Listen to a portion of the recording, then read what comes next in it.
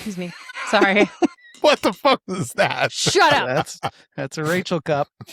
Okay, start talking. Start doing the episode now. Okay. Hey, everybody. Welcome Yeah, to do it. You're not on the spot at all. First Course Verse. I'm Rachel. You I'm are in Rachel. charge now. Oh my god. I'm the captain now. How's it going, Evil? My We don't God. need you, David. That's so good. We've got this. How's your day going, Evil? What are you up to Jesus, today?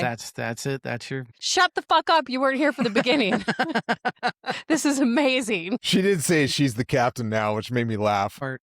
That was good. The real question is, it's not a question. So, Yeah.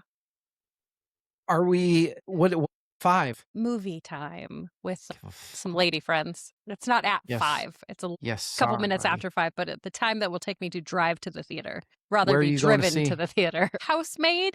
It's a horror-y kind of. Amanda It's a Seyfried horty? and Horty, because Sydney Sweeney's in it. Horty?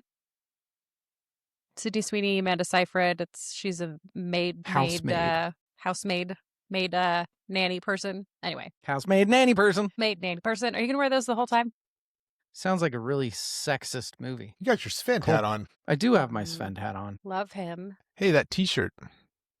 That looks like the Hey. album cover. Let me tell you something about that t-shirt. Coming up on Verse Chorus Verse, how this t-shirt and this album led us to the greatest concert we'll ever see.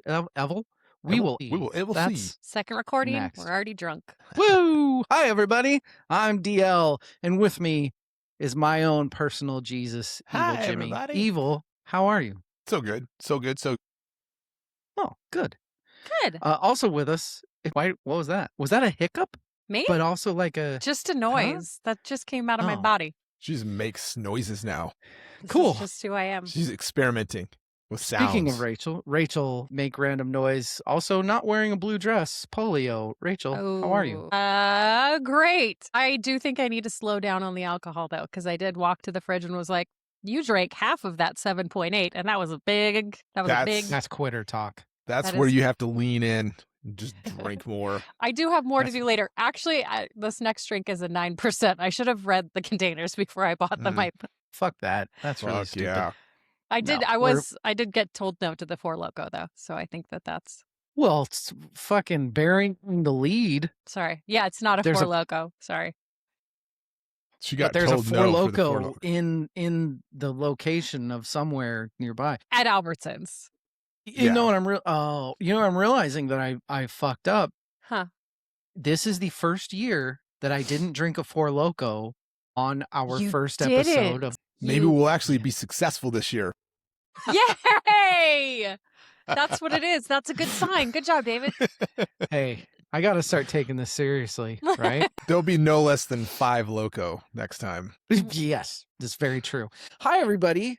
I'm really glad that you're here and that you are joining us on this episode. This is a follow-up to our Queens of the Stone Age dissection and our Era Vulgaris DL's 10 out of 10. Now we are getting into a couple albums that what we started doing last year is we started doing more influence type albums for the albums that we cover. So, for example, if we're covering last year, we did Mars Volta. But in order to do Mars Volta, I feel like, well, you can't do Mars Volta without talking about a little bit of Rush or something like that. So we're doing stuff like that now. And I like it because it kind of forces, I think because of our ages, we tend to Speak for stick yourself. to specific genres of music. And this makes us, get out of the 90s, the 80s. You guys are drunker than I am. I need You're to start drunk. drinking more. You need to catch up. You need to stop drinking that stupid stomach settling bullshit and drink a real drink. Yeah. Get it Maybe I together. should, maybe I should just hold this as a tease for Evil. I'll be right back. Hold my not beer. So for those of you that are not watching the YouTube, which is 99.999% of you, I have a bottle of Eagle Rare in my hand. It is really, really easy and fun to piss Jimmy off because being in Washington, I can buy this in the fucking grocery store. I bought this in my Safeway. Evil, you're on mute. Is Evil muted? Did you just hear him? Oh my God. No, I was. Okay. Said Well, I he hate was- everything about what you just said. All of it. Evil. We are not covering Evil Kid Joe today. Okay. I also have some of He that. also has. Alcohol. Well, I mean, It is my favorite bourbon. Bourbon. Bourbon, if you're nasty. I mean, I guess. Should we just get to the most important part of Yeah, that? What are let's we do it. drinking? Rachel, Yeah. drink number 2. Drink number 2. We're up to 9%. What's it? Ooh. Dude. What do we got? This is going to be good.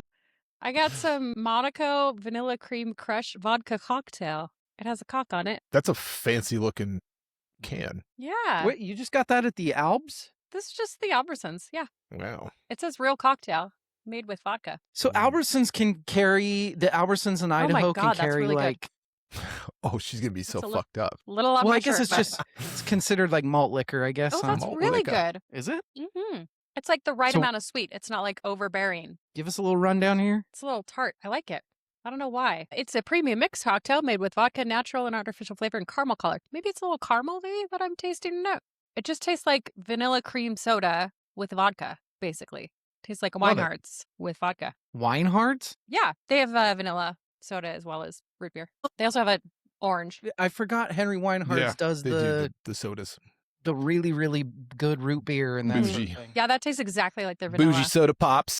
vanilla cream soda. Yeah. Very good. Very good. Highly recommend. Boy, 9%. I though. don't know how much Henry Weinhardt's reminds you of back in the day, but it sure does remind me of Jesus. back in the day. Fucking Private Reserve. They used to have a hazelnut that was a seasonal. They did blackberry wheat in the summer. Was that what it was? Mm. I And then they loved did a blackberry hazelnut wheat. in the winter. Hazelnut, I can't remember what it was, something. But I used to I get a remember 6-pack of hazelnut, that. but fucking Yeah. blackberry wheat was my Blackberry wheat was good. The Jam. hazelnut was my God shit, damn. though. I used to get a 6-pack of that and go to the art studios in college, and I'd work all night on art projects with a 6-pack of beer. And the security guard was like, "You having fun in there?" I'm like, "Damn right." He's like, "Cool. Hey, don't get too crazy." Stay frosty. Yep. What are we doing tonight, day? Oh, Tonight what am I day. drinking though? Huh? What are you drinking? Yeah. You're I'm not too drinking much, just David. Eagle Rare. But you are drinking Evil. Oh yeah, and what am I drinking? What? Hey, we'll get there. Evil, what are you drinking? So you asked about last episode. I did a bitters and soda to commemorate our time in NOLA, where we got to NOLA. see Queens of the Stone Age and learn how to make a bitters and soda at the Sazerac House, which Mhm. was amazing. It was amazing. And so I have been experimenting with different bitters and sodas. Mm. I love this. Part of that, because fucking green chartreuse and yellow chartreuse is so hard to find now because the monks are lazy and won't make Get it for us. together. And they're focusing on God or some bullshit. I have found that I can order it. This is like it's like a concentrated version of green chartreuse. It looks And like it's- fucking like 20s hair tonic. Yeah, dude, It it's does. very it's It's like- medicinal. It's even 67%. vegetal. That sounds like 69. fucking 20s hair tonic. It's 69% alcohol by volume. So you do the math for the proof on that. I do a tablespoon of this, cube of sugar, and soda, and Oh, it's that sounds good. delicious. Ah, Mm. I'll have to try that. Well, maybe. I still have a little bit of green chartreuse, but I'm so fucking scared Yeah, I of know. using it and of it being gone. I have a bottle Mm. too, but it Rachel, looks wasn't like it you that couple that told the fingers. story of like he had like a grandma or something like that that would drink that shit would put vanilla extract and like a That was my ex mother-in-law would just Oh. put it in her orange juice, and I was like, "That's alcohol." She's like, "It's fine. It's not." And I'm like, "All well, we're right, not- It's do we flavor. care about her? go get lit." Okay, good. Everybody, those of you tuning in specifically for this episode, I have no idea. You have no idea. Nobody has any idea what we're getting into because we have never covered the band that is Depeche Mode, a band that I absolutely fucking love, have always loved. I know nothing about what Evil or Rachel think about this band. This could be really good. It could get really ugly. We're gonna find out. Just remember, no matter what, I will champion this band to the depths of hell. God damn it. Depeche Mode's Violator. We are talking about their most popular album of all time, and there is a reason that we are talking about this album. And it all started in New Orleans when I was wearing Those of you not watching YouTube, which is every single one of you, but I think 3 people, I am wearing a Depeche Mode Violator shirt that is awesome. It's one of my favorite shirts. I get compliments on it from time to time. I was in an elevator in New Orleans coming down to us going to the Sazerac house, I think. Was that? Yes. Yep. And the gentle woman who was in the elevator with me started to say, "Hey, love your shirt. That shirt's so awesome. I saw them, blah, blah, blah, blah, blah. You must be going to the concert tonight." Me thinking, Depeche Mode's in Mode. town. No, I'm not going to go see a 60-year-old Depeche Mode. I'm good on that. No, Queens of the Stone Age, record scratch. Well, what? So I go to the lobby where Rach and Evil are waiting, I think, and we buy tickets then and there, huh? Yeah. The rest is history, as they say. The rest, as Although they say, we is had history. no fucking clue what kind of Queens of the Stone Age show it was going to be. Also true. We sure didn't. But you know, because we've talked about it. So I decided that, hey, we can't cover Queens of the Stone Age and this and that without giving honor, paying homage to this album that gave us that wonderful concert. Not to mention the fact that it gives me an excuse to talk about Depeche Mode, which we're 6 years in. And I think the only time I've ever talked about them is the very first year dissection we ever did was 1997 when the song Barrel of a Gun by Depeche Mode came out. And that was on my top 5 songs of all time. Top 5 songs of 1997. That's the only time we've ever touched on Depeche Mode since. Wow. Yes. So I went to, this is kind of a little bit of a sidetrack. I went to I love it. Choir of Man a couple days ago, which is this traveling group that does covers of pop songs from all time. And it's just a bunch of foreigners. Is it like a cappella? No, they That sounds like have music play. acapella. There's a lot of like found instrument stuff, like they're hitting drumsticks on chairs and blowing into bottles and things. But it's very Sounds like fuckery to me. What's going on here? And they drink the whole time. There's a bar in the back. Okay. And so it's the legit. first like 15 minutes of the show is just people going on the stage and getting beers. And then they're drinking beers the entire time, except the time when they sing the pina colada. And so they make a pina colada on stage and then hand it to somebody in the audience. Anyway, they did Barrel of a Gun, actually, now that I'm thinking Really? about it. Yes, that was their second to last song, I think. Were they Interesting. playing instruments? Like No, real that instruments? that one was like a cappella. They have no real instruments except a piano. They have a piano on What stage. a fuck song to sing a cappella. It was interesting. Could you? I can't imagine a cappella group singing about whatever I've done. I'm standing in front of a barrel of a gun. Hmm. Huh. Anyway. Was it good? Oh, yeah, they're very talented gentlemen. I didn't ask if they're I talented. had gone a couple years ago, but it was the exact same show, so it was a little disappointing in that way that it's the exact same songs. But I thought it was going to be switched up, but it was no. This is Cats again. You fucking party. They don't change the songs. Yes, we are party animals. Go on. So beyond a cappella Barrel of a Gun, Rachel, Yes. what is your history, if any, with Depeche Mode? Or as my mom called it once when she was reading the XM thing when we were all hanging out listening to music, Depeche Mode. Yes, Depeche Mode. What are your Peaches. thoughts? I mean, my experience is osmosis from, movies and TV and whatever was on the radio. That's as far as Depeche Mode, I feel like, got popular before I started listening to my own music. And so it wasn't something that I picked up, and it wasn't something that my dad was into or my brother. And so I didn't ever listen to it outside of hearing it, I guess, radio-wise. Evil, and you don't have to spoil things if you have a direction you're going here, but I knew putting this album on here, this could either be something that you were very into because it does lead into a specific dark genre that was very big for people of our generation, males specifically, but it was also kind of seen as a little bit of the anti what you were very into of the time. Like where there was Pantera, this was the thing that Pantera listeners were like, what the fuck is wrong with you people? So where do you stand with Depeche Mode? Depeche Mode, or as I like to call them, 1-inch nails.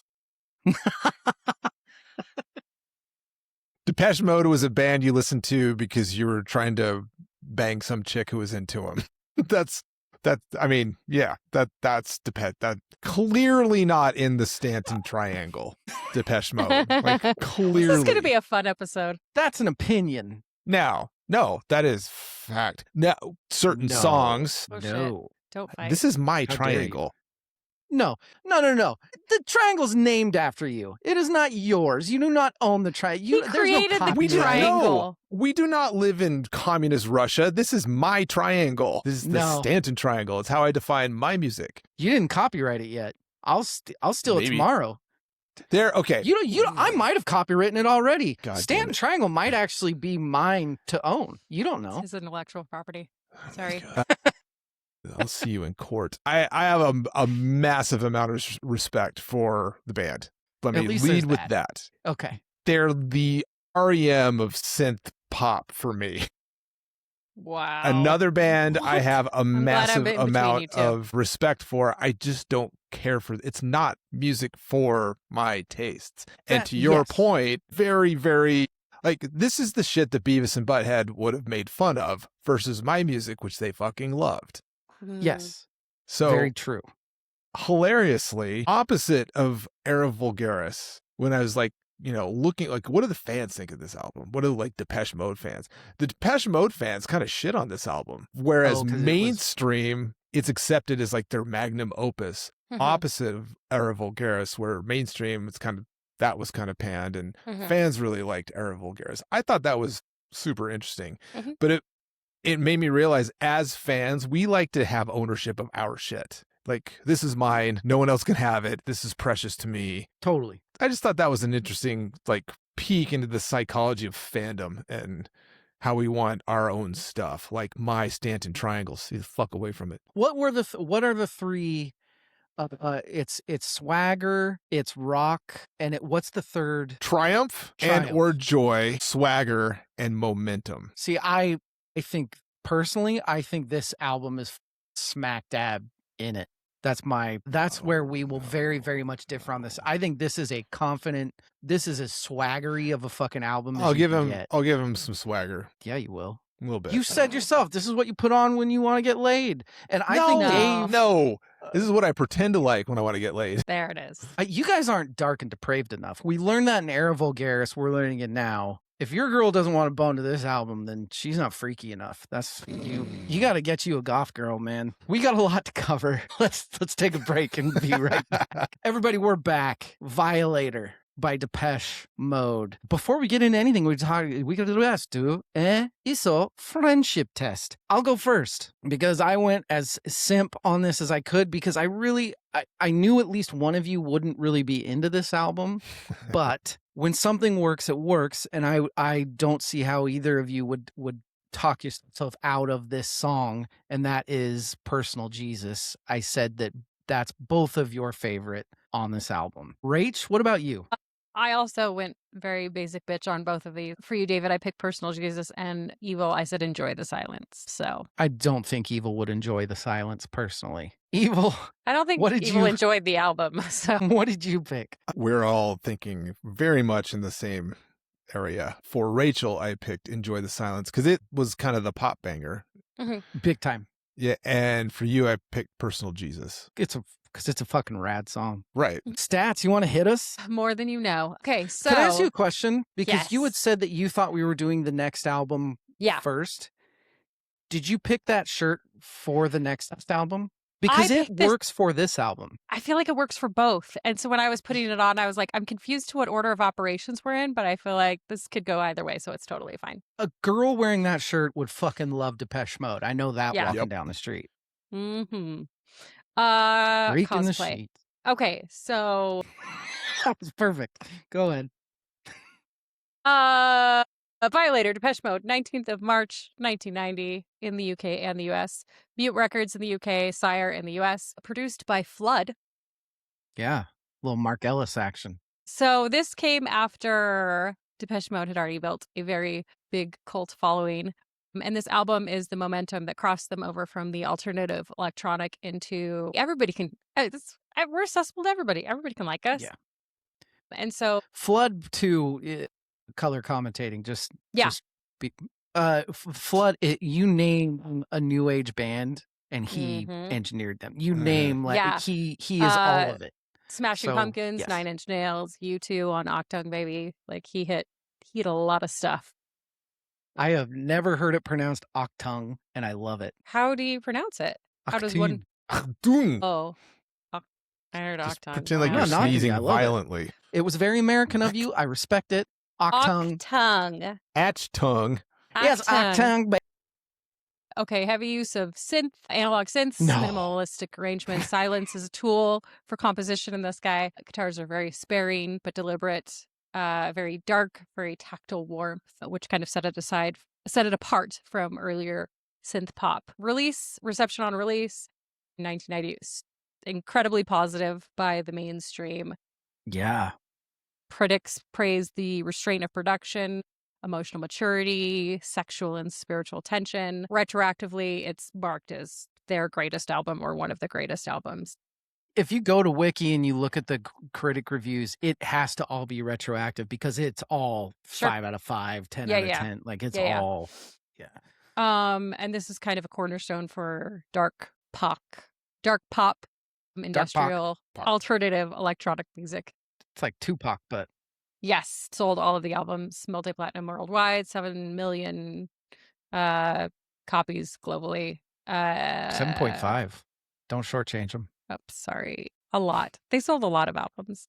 7.5 mil for this style of music is a lot impressive. Of fucking albums. However, it was released, 36 years ago at this point. So it's just whatever. I mean, some could have sold it between 1990 and now. Nope.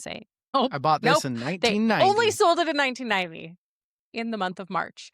Yeah. Okay. So weird stories. Let's go into it. It's just, the band almost broke up during recording this. Fun fact. Yeah, bands do that. I have to say, so Evil, sorry, this is the first time I've had Eagle Rare. It might be the smoothest bourbon I've ever had in my life. Have you ever had Fireball? It's not a bourbon, but hey, touche. Same distillery. With the exception of Fireball, this might be the smoothest bourbon I've ever had. This is the shit. I mean, it's Buffalo Trace just aged 10 years. But there's that's why, because it's aged 10 years. Because and sometimes I want that like alcohol kick in the back of my throat. No, it tones that down and adds some stuff. There's like a waxy walnut sort of finish to this that Buffalo Trace doesn't have. All nut and brown sugar and molasses. Yep. It's like 100%. It's all nut all the time. It's just a lot of nut. Okay.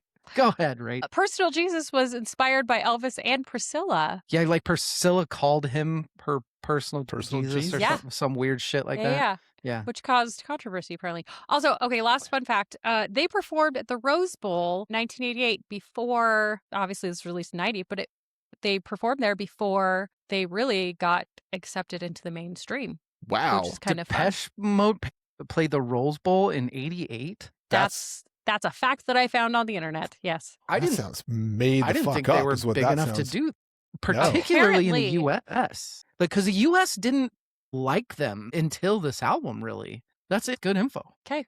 Yeah, that's what I got. I've got a lot, but stop there. Yeah, me too. It's so Depeche Mode, Violator. We get to, I'll say my history with them. I've discovered them in like junior high, and I was immediately in because, and in high school, I just super big Depeche Mode fan.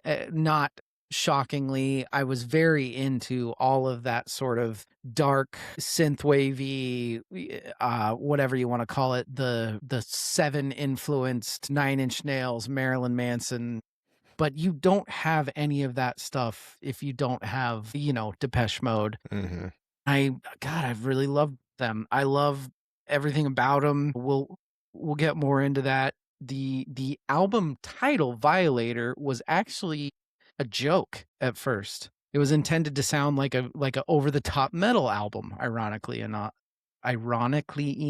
Evil. They were fully expecting people to kind of misunderstand the irony when in the end I don't think they really foresaw how this would be viewed as a sort of darker, demented, sexual. Like Violator is kind of the perfect fucking name for this album. Yeah. Evil.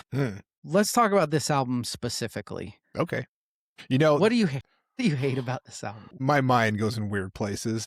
And at some point, I thought there's got to be a ton of Australian Depeche Mode fans. And it instantly took me to Shane Gillis's bit about his hat being stolen by an Australian goth. I'm like, dark and twisted.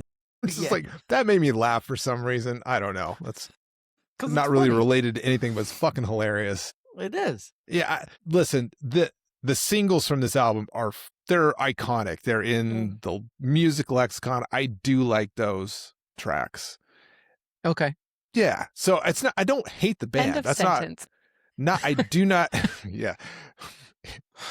We can just end the episode right there and call it good. No, I don't dislike the band. I want to be clear about that. It just doesn't vibe with me for the most part. Yeah. They write songs that I'm a fan of and I do enjoy. So just for clarity's sake, so Depeche Mode fans, don't come for me. It would be bad for you if you did, but don't. Oh shit, look at that black eye. I think they'd be fine. I don't know. You should see the other guy. Have you seen Trent Reznor lately, my man? Yeah, he's not a small dude Well, that's anymore. the thing is there's music that artists in music who are heavily influenced by Depeche Mode that I love. So I'm glad they exist. No, that's the reason why this is smack dab in the middle of Queens of the Stone Age and the person we're talking next is because Depeche Mode is one of the bigger influences of our generation's music, period. Like the whole Crow soundtrack. I mean, the whole fucking thing. Yeah. And I love that. I love that. To me, they're not the same style. They're very close, but they are right parallel with The Cure, basically. Yes, yeah. And the Cure's, I love The Cure. It's a different, I don't know why I like one and not the other. Sure. Because The Cure is more guitar than Depeche Mode. I think that might be it, yeah. When I think it's the same style of music, it's just The Cure does it with guitars, Depeche Mode does it with synth. That's kind of how I don't know. Watch out. Oh my God. Take it down. Here's Depeche Mode to me as a band is just perfect. And what I mean by that is they have Dave, lead singer, who's just his voice, his personality, the way he holds himself, what he wears, he's just he's a fucking lead singer, you know? He's wearing the leather jacket and the leather pants, and he's drunk on stage, and he's singing about he's going to sleep with your girlfriend after the show. That's who he is. And then they have in Alan, they have the beyond brilliant classically trained composer that's putting their songs together. Like this is a very obviously pop heavy album, but again, this is not music that's as simple as it sounds. There are a lot of complexities in these songs, a lot of decisions to change from minor to major in certain points of songs that a composer knows what's going to sound good to the ear. And then you have Fletcher, who's just a glue guy. Even when Fletcher passed away in 2022, one of the big things, we talked about it on the pod in our finale, he basically was like, I don't really know why I'm in this band. But then everybody else in the band is like, he's the one that puts everything together. He's the glue guy. They just, bands like that, bands that those are kind of the three, you gotta have it to have an incredible band sort of things. That, and these songs fucking slap, man. Enjoy the Silence fucking slaps. Personal Jesus slaps. I don't disagree with that. Rach. David. Give me something. Give me something about what you love or don't like. Give me an honest opinion about something here. There is. I don't want to give too much away because there is some points to made in awards and categories, but I feel like this album is perfect for what it was trying to do. I feel like there's no movement forward for it, more into the vibes that it could have gone. I feel like it is perfectly balanced. And I feel like that's why Evil, very much like a lot of people probably understand that this is insanely well put together, and insanely well made, but you really have to like it because it is very specific in what it is. I think you do. I think it's safe to say that this is the album that you have to be, I don't want to necessarily say a specific type of person, but you have to be able to get in a specific mood. Sure. And that's not, it's obviously not like a small group. It's not like we're the ones that get Depeche Mode, because like 7.5 million fucking souls. Right, Like, it's right. it's not a small club. Everybody gets horny, but music in the masses, music for the masses came out 3 years prior. And that is, so for Depeche Mode's discog, I respect, I'm more about where Evil is before music for the masses. To me, that's where Depeche Mode becomes a band I'm really, really into, is music for the masses. And then pretty much everything they do after that is really awesome. There's all the same rock stuff that you hear. You know, Dave got super into heroin towards the end of making this album and on the tour. Some people say it's why, like, they, you know, kind of cooled off after this, but they also stayed pretty dark. But ever since the night, it's funny because this album almost sounds like it belongs farther back in time. It does. I agree. You know, like we do. Yeah, like it's funny because I don't think of this album as forward thinking, because it's like, well, this should have come out in like 87 or something like that. But then you look at all the music that came out right after it, and fucking everybody was trying to emulate this shit. Yep. And yeah, I think we can probably get to, I feel like we're going to have a lot to talk about with awards and categories. I think I could go song by song on this album. I think what Rachel said it best. What they were trying to do, they did it perfectly, basically. And it was a lot of because of Flood. It was because of Alan, brilliance in composing. As a fan, I just loved researching this, not even just A, being able to listen to it, and B, just stories about how after they got through the second track, just being in the studio, looking around at each other, being like, we've got something going on here. Awards and categories. Now this, I did try to look up David Cross and Me Met awards for awards and categories on this. It's all, one of the problems with the really big albums is all of the 1 stars are this, I got the wrong CD. Right. This vinyl is scratched. Product related, not about the art. Exactly. None of it is well, this band was trying to, like, occasionally you will find it and it's gold when you do, but I couldn't find anything. So we will go right to 70 million Jackson fans can't be wrong. This is going to be a really easy answer, I think, for 1 or 2 people. We'll start with Evil. Well, this is where I pulled in the REM of synth-pop for me, and I know that like no relation between REM and Depeche Mode at all. It's just like my personal relationship with the band. It's like, I get that they're a very good band. I recognize that the music is quality. I do like some songs. It's just not, it doesn't vibe with me. And clearly it vibes with a fucking lot of people because they sold a shitload of records. So yes, that's kind of where I stand. I get it. I don't think they're bad. I think they're actually fantastic, incredibly talented, incredibly influential, forward-thinking musical group. Fair. It's totally fair. Rach, let's go to you. I have almost the same answer. I like this album, and you'll figure that out moving forward. I am insanely surprised that so many people liked it because it is so different from stuff that was coming out right at that time. And the fact that so many people were like, yes, this is my band now, is still very confusing to me, how they convinced that many people that they wanted them to be their, but that's new band probably that they why, listened like, to. with what Evil was talking about, that's probably why a lot of the real Depeche Mode fans don't like this album. Sure. Because it was no longer theirs anymore. Right. You have a bunch of British people being like, oh, those fuckers in America really love this poppy shit, don't they?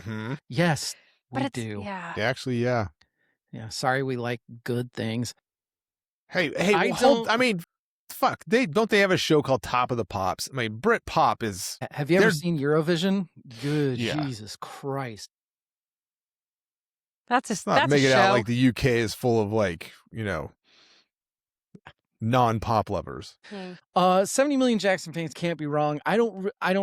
Nothing. You know, I don't know how many people my age or Rachel's age are like, I fucking love Depeche Mode people. I think it was a pretty small, I remember in high school, there weren't a lot of us, that's for fucking sure. But it's not, you know, I think where I'm on a small island with them, that I think people see them as this dark synthy band and making really good pop songs. That's true. I think they are extremely intelligent musically. I think I've said it a couple of times already in this episode. The way Alan composes these songs some of these are fucking complex. Some of these chord structures, like the reason that Enjoy the Silence fucking hits so well is because of the random, suddenly they hit a major chord where you are not expecting a major chord, right back to minor. That's the shit that hits different than other bands. I just think they're really fucking smart. Also this, and I bet it drove at least one of you crazy, but I could see where people would say, hey, bro, this song would be great if it was 3 minutes instead of 4 minutes and 30 seconds. Yeah. I am usually one of those people. I fucking love their song extensions on this album. I fucking love when they go off on the weird Enjoy the Silence tangent at the end where the guitar's doing the super twangy reverb thing. I love that sort of stuff. And I don't think most people like that, usually including me. What's Love Got to Do with It award? It's, hey, I love Depeche Mode. I was in trouble when I was a junior in high school and I wasn't allowed to go see them. And my girlfriend and I still went and saw them. And it was one of the best concerts I've ever seen. And he was fucking wasted. And they sang all of the songs they were supposed to sing. And I love Depeche Mode. I'm glad I saw them. I'm glad I love them. So there's no like this more or less because of the artist. It's more. I love this is like, there's this weird crush thing that I will always have. And I think a lot of people my age, I think Evil's age too, will always have on Winona Ryder. I would equate this band to that. Oh, that's interesting. Like somewhere in my subconscious, I was like, you know, so like heaven is me listening to this album with Winona Ryder. Right? That's What's beautiful. love got to do with it? I hope that happens for you. Thank you. Me too. I guess I didn't really have any strong feelings for or against Depeche Mode before listening to this, so I didn't really have a change of heart while listening to it. I like them the same as I did before. I guess I also didn't know I knew as much as I did because I didn't know that they were as mainstream as they really Do you became. mean like you turn on a song like, oh, I know this? Yeah. Like half of this album I knew already very well. And I was kind of surprised because I was like, I know Depeche Mode, the band, but if you had said, name me one song, I would have not been able to name you one song, honestly. Awesome. Okay. That's fair. Evil. Well, similar to that, like I knew a lot of this album. I like kind of tried to listen to some of their other stuff. And I'm like, I don't know much outside of this album. So yeah, same thing. I don't know the band broadly at all, but I'm pretty familiar with this. So do I like them more or less because of who they are? This is really kind of my sample size. Yeah. That's an expected. Yeah. Yeah. Right. The Ozzy Osbourne Bathead Award moment in the album or during the album that solidifies the craziness of this. At a LA record store event, the band later found out that the LA police chief, when they went to do an album opener concert, I'm reading something on this, they were supposed to play live at an LA record store. Downtown LA, Depeche Mode's not big in the US. Hopefully we get a couple thousand people there. Like 20,000 people showed up. Yeah.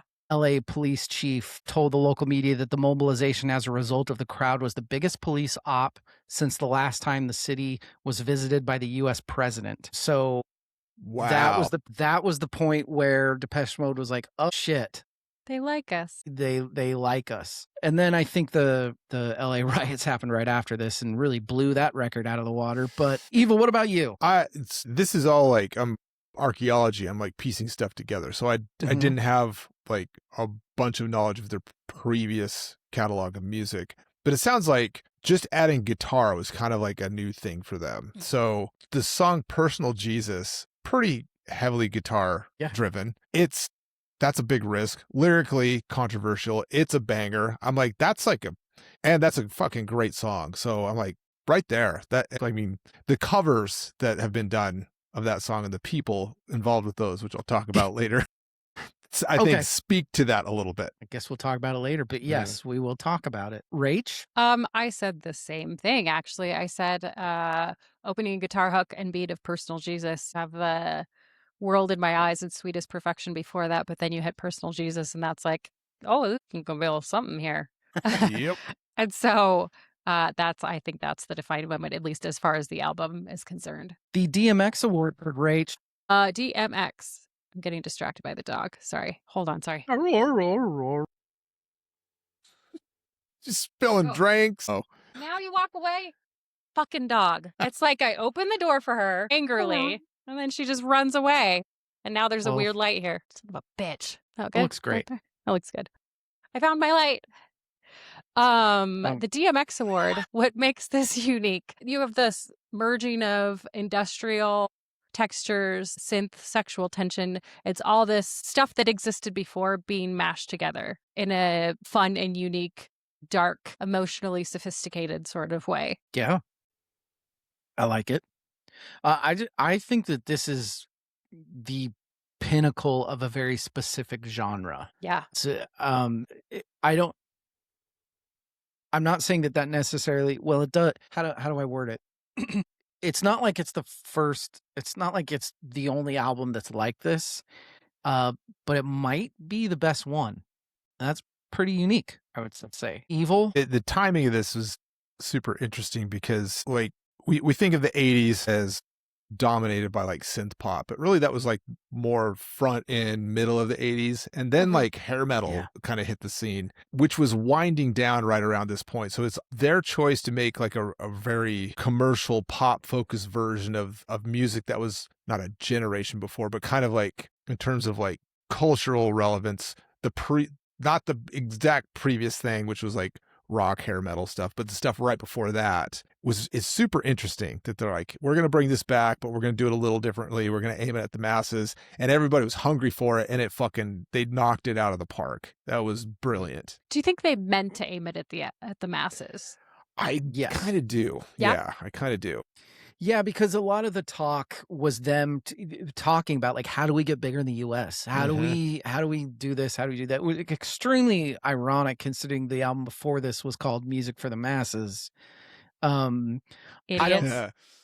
think that they what I like about it though is they didn't compromise who they were musically at all. It just kind of, hey, we're gonna bring in Flood.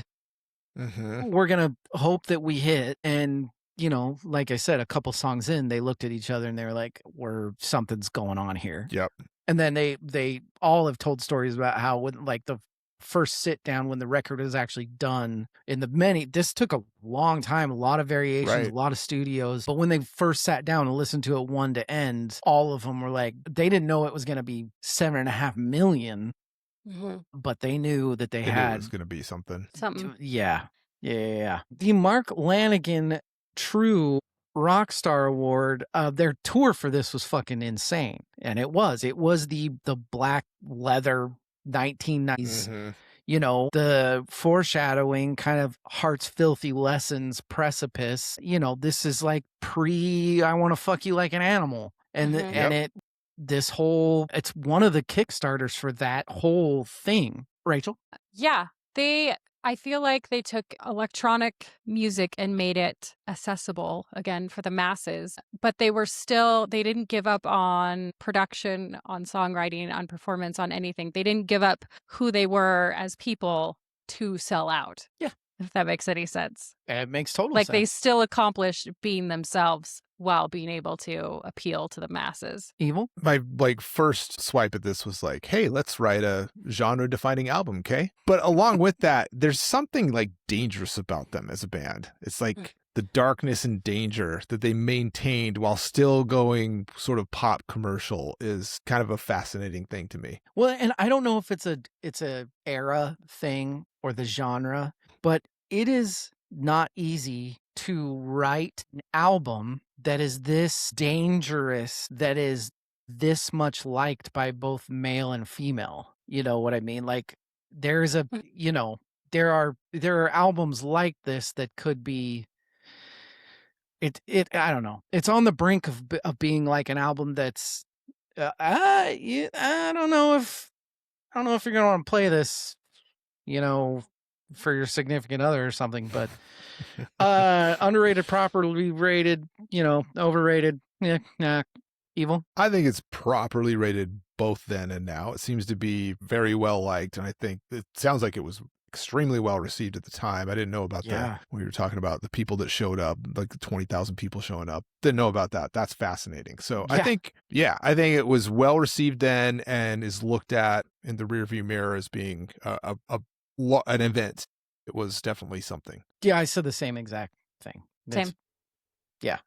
Yeah. Properly rated then, properly rated now. You say Violator, everybody knows what you're talking about. Yeah. Influences and influences, Rachel. Influences, I said, again, industrial. Joy Division, Wire, influences, Joy Nine Inch Division's a big Nails. one. Obviously, I hate to say this, The Weeknd. It's modern. Pronounced Weekend. The The Weeknd. Weeknd, modern Weeknd. dark pop, Radiohead style synth textures from the 90s, Coldplay even maybe. Yeah, exact same stuff. Influence. Ease. The only I'd add influences. I'd add Kraftwerk, David Bowie. Suicide. Suicide's a great one. Yes, Suicide. The only other one that I'd mention as far as influences is one of my favorites that I talk about on the pod often, in Big Black Delta. My favorite album that he did. This is way this is from that playbook totally. Evil. Yeah, Suicide was a big About you. big influence that I saw. Another one, I think the Beatles. I mean, there's some Beatles stuff in here. In fact, this was compared to the Beatles' Revolver album in some places as being sort of like a creative peak for them. Yeah. Pink Floyd is definitely. Pink Floyd's a good one. Yep. Gary Floyd Newman.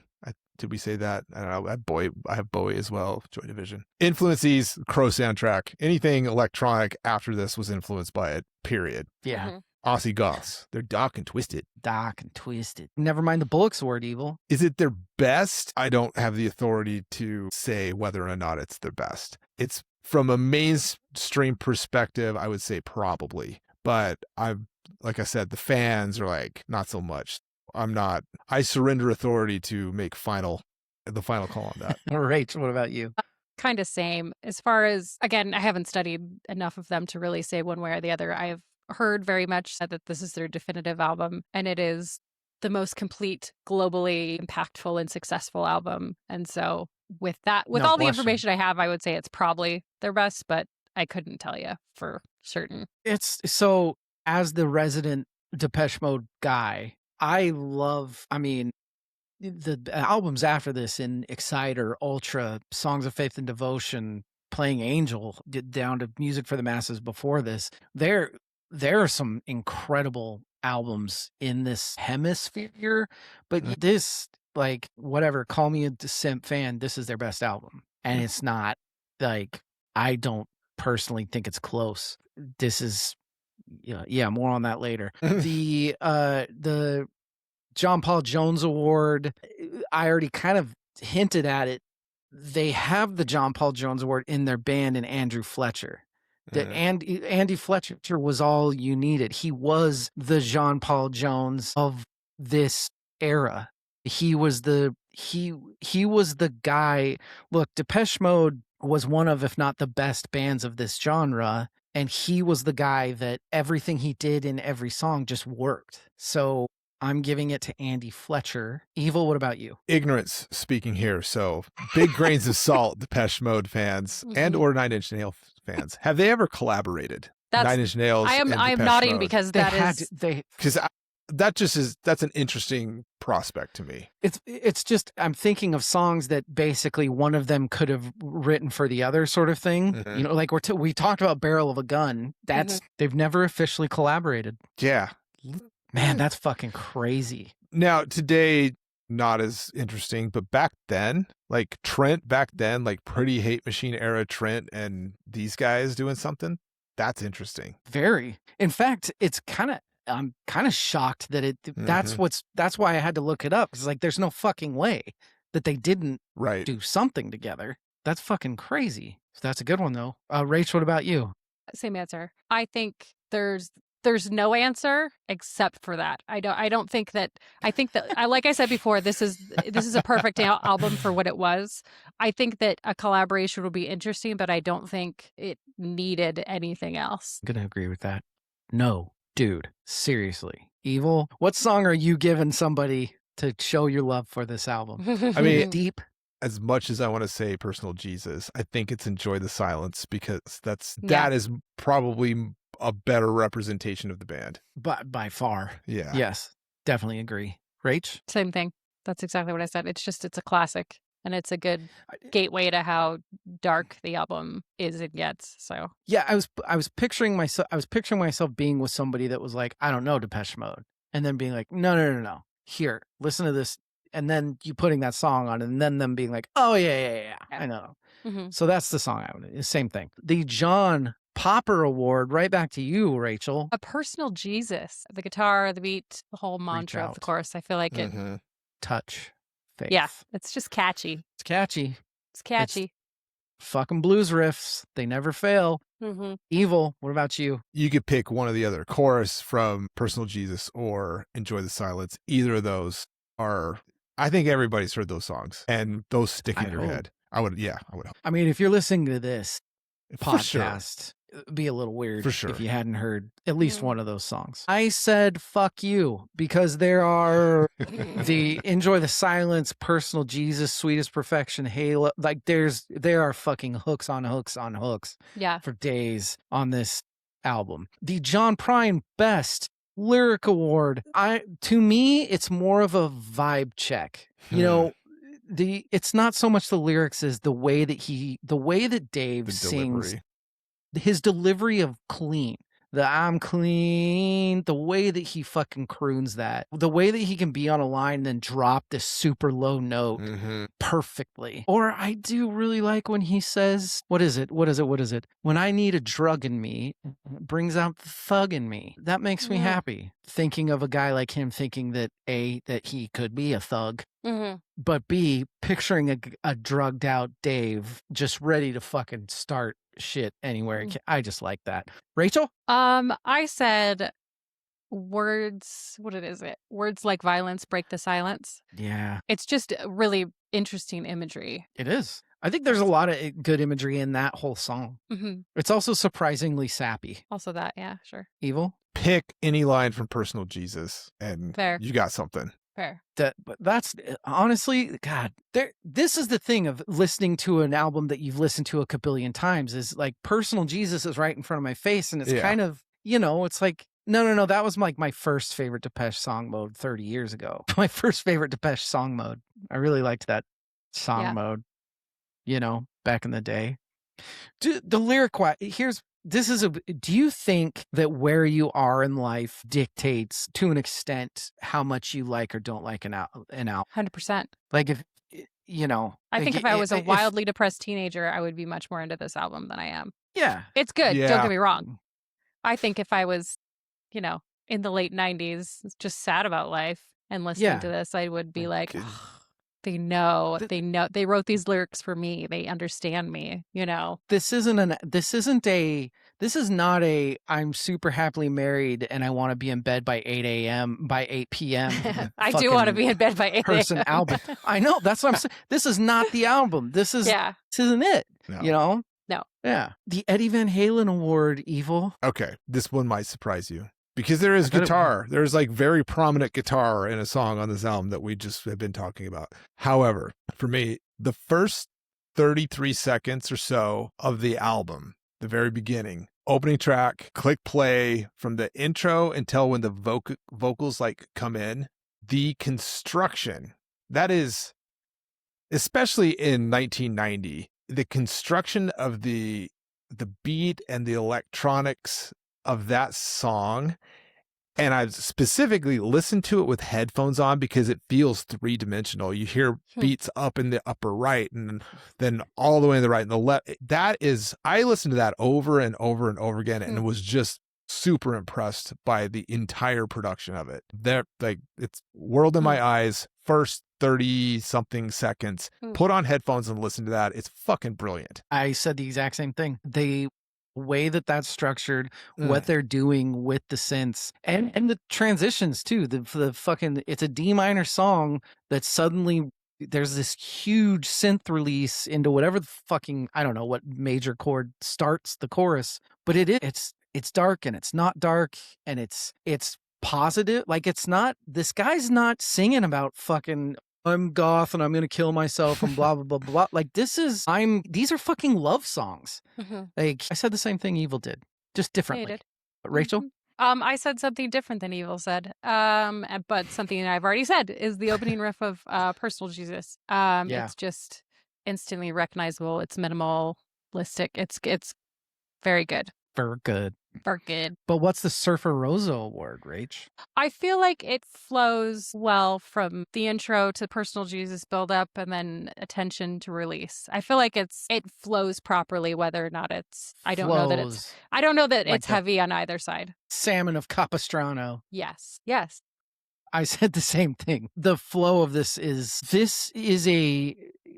an album that now flow is the only word I can think of, but every song belongs on the album. Every song goes well into the next song, out of the next song. There's never a song that I'm like, whoa. It's even. I'm same as you guys. There's no top heaviness, no back end heaviness. I think it flows well, top to bottom. Something that's interesting about this album and the album that we will cover next week is that when I was listening to this, the way that I know that this album is put together so perfectly, I instantly knew when it was a Depeche Mode song that was not on this album when the album was over.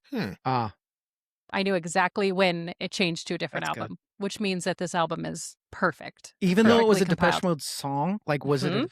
That's pretty rad. Yeah, that's cool. But the saddest of all the awards, Rachel, what's the Time of Your Life award? Blue Dress? I Am Ron Burgundy. It's not as iconic as the rest, I guess. It felt a little fillery, maybe. Okay. That's fair. No, that's fair. I said, I think Blue Dress is an okay pick. I guess Clean, just because that means it's over. Oh. I don't have a Time of Your Life song on this album. It's foreshadowing. Evil? At putting The Sweetest Perfection at number 2 on the album for me, just fucking shoot me in the face with a Civil War cannon. Like load the bangers up and then the slower stuff later. That's a quick death. Yes, exactly. It just dropped the energy so hard for me. I'm like, oh, I'm going to hate the rest of this album. And which wasn't the case. But it was a bummer, man. It was a bummer, man. But what are your 3 favorite songs? I mean, I'm a simple bitch here. Number 3, kind of the theme for the year. These are all singles. Like Policy of Truth at number 3, Enjoy the Silence at number 2, and surprise, Personal Jesus. I mean, Marilyn Manson and Johnny Cash both can't be wrong. They both covered Personal Jesus, right? Come on, for real. Yeah, and it's funny because they did it for complete opposite different reasons too. Yep. Like Johnny was like, "No, this is actually a really spiritual song." Yeah. And Marilyn Manson was like, no, this is... Now I'm mocking it. Yeah. Awesome. Yes. Same songs, different order. A Policy of Truth, number 3. And then I swapped Personal Jesus, number 2. Enjoy the Silence, number 1. Perfect. Wow. Well done. So my number 3 is actually Enjoy the Silence. And that's just, I feel like it's... Enjoy the Silence for me on this is that song of, if I hadn't have been listening to this album for 30 years, that would be I know that that's probably the greatest song on this album. You know what I mean? But it's, for me, for my faves, it's number 3. My number's 2, Evil and I Samesies, it's Sweetest Perfection. I fucking love Sweetest Perfection. I absolutely love that song. So in your face. My number 1, though, Samesies. We haven't even talked about it. My number 1 is the number 4 track on this album. It is Halo. Wow. Oh. Yeah. Left field.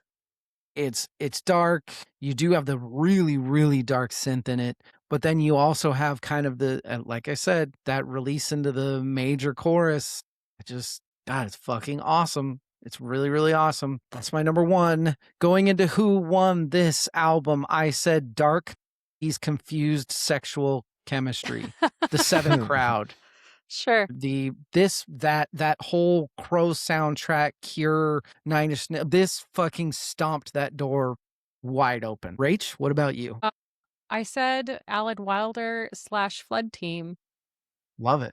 Just the production programming, it is iconic and memorable. And It's iconic.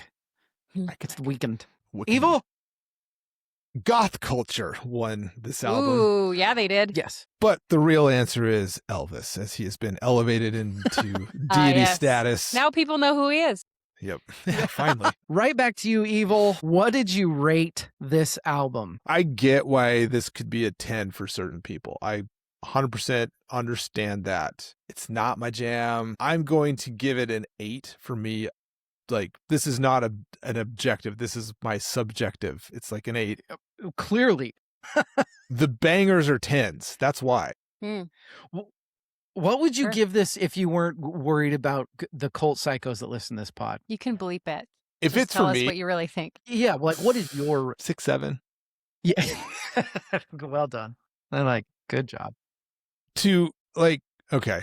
Yeah, it's probably that's the honest answer is like for me, I'm like, I'm not gonna ever listen to this. I'll listen Yeah. if the singles come on in like a mix, I'm like, fuck yeah, but I'm never gonna listen to this myself. It's probably a 6, 7. And to quote Fight Club, I felt like destroying something beautiful today. Rach, Amazing. rate the album.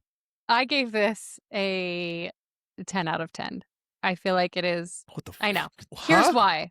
I That feel one like it might is. have been the worst record scratch I've ever done in my Sound like a life. sick dog, but what? He stepped on that dog's foot. This album is perfectly executed. It is timeless. It is influential. It is endlessly listenable. Yeah, What is It even is- happening? What would be your rating? My rating would. And follow-up question, which apparently is always the question, because now I'm intrigued because I think you're the only, well, no, mine does it too, but what does Trev Dog think of this album? I think he liked this one. I think he didn't listen to next week's. God, you suck at this. I don't fucking listen to him when he talks. Good God. Okay. Touche. He's so pretty. I should listen more. No, that was I- good. You saved it. That's good. He listens to this. That's too bad. For me personally, Well, at least he knows I care, right? Yeah, you do. that's what matters. I'm winning thinking about you, points. Trev. I would still say it's 8, 9. It's still very, very, very good in my eyes, even though Wow. I strongly believe it's a That's- 10 out of 10. Exactly what I it's kind of supposed thought that this was going to be the reverse. I Really? thought it was going to be Rachel being like, I just don't, there's just not, and I thought Evil was going to be like, musically, okay. No. I'm going to save us all. Not that it Okay. needed it, because honestly, those are way higher than I thought we were getting. Mhm. But I will say this, going through this album, when I was, okay, I need to sit down and I need to rate this album. There are maybe no other times that I wasn't.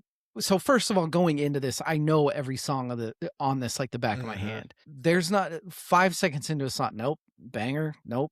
10 out of 10. Bang. There wasn't. This album was the least questionable 10 out of 10 I've had. This is a Mhm. fucking 13 out of 10. Even like Dirt has that weird Iron Man thing in the middle that you have to be like, does that no, this one is just like, it's perfection through the whole fucking thing.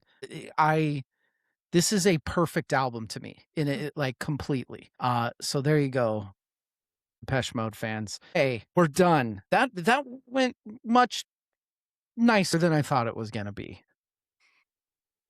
Let's Evil. get the fuck out of here. Join us next week. We are going to talk about an influence of this album. Mhm.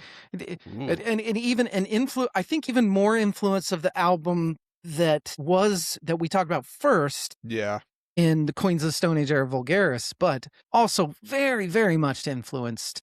We're going to talk a little David Bowie, but which album? That's the I don't know. trick, right? Evil, are you excited to talk about David Bowie next week in 5 Bowie? minutes? Yeah, excited. Okay. Rachel, are you excited to talk about David? This is the first time you two have talked about Bowie, right? Yeah. Yeah. Yep. Fucking I mean, hell. we've mentioned him before, but Man. we haven't talked directly about Yeah. Bowie. Everybody, we Who love you. I didn't know until recently that knife was named after him. No way. Really? You got me. I fucking believe. Why fools? Fucking idiot. Why the fuck wouldn't I believe that? Turn this off. We're done. We're Never, done. never. Everybody, don't enjoy the silence. Join us next week and listen to us talk a bunch of shit. We love you. Good night and good luck. Long live fucking Depeche Mode.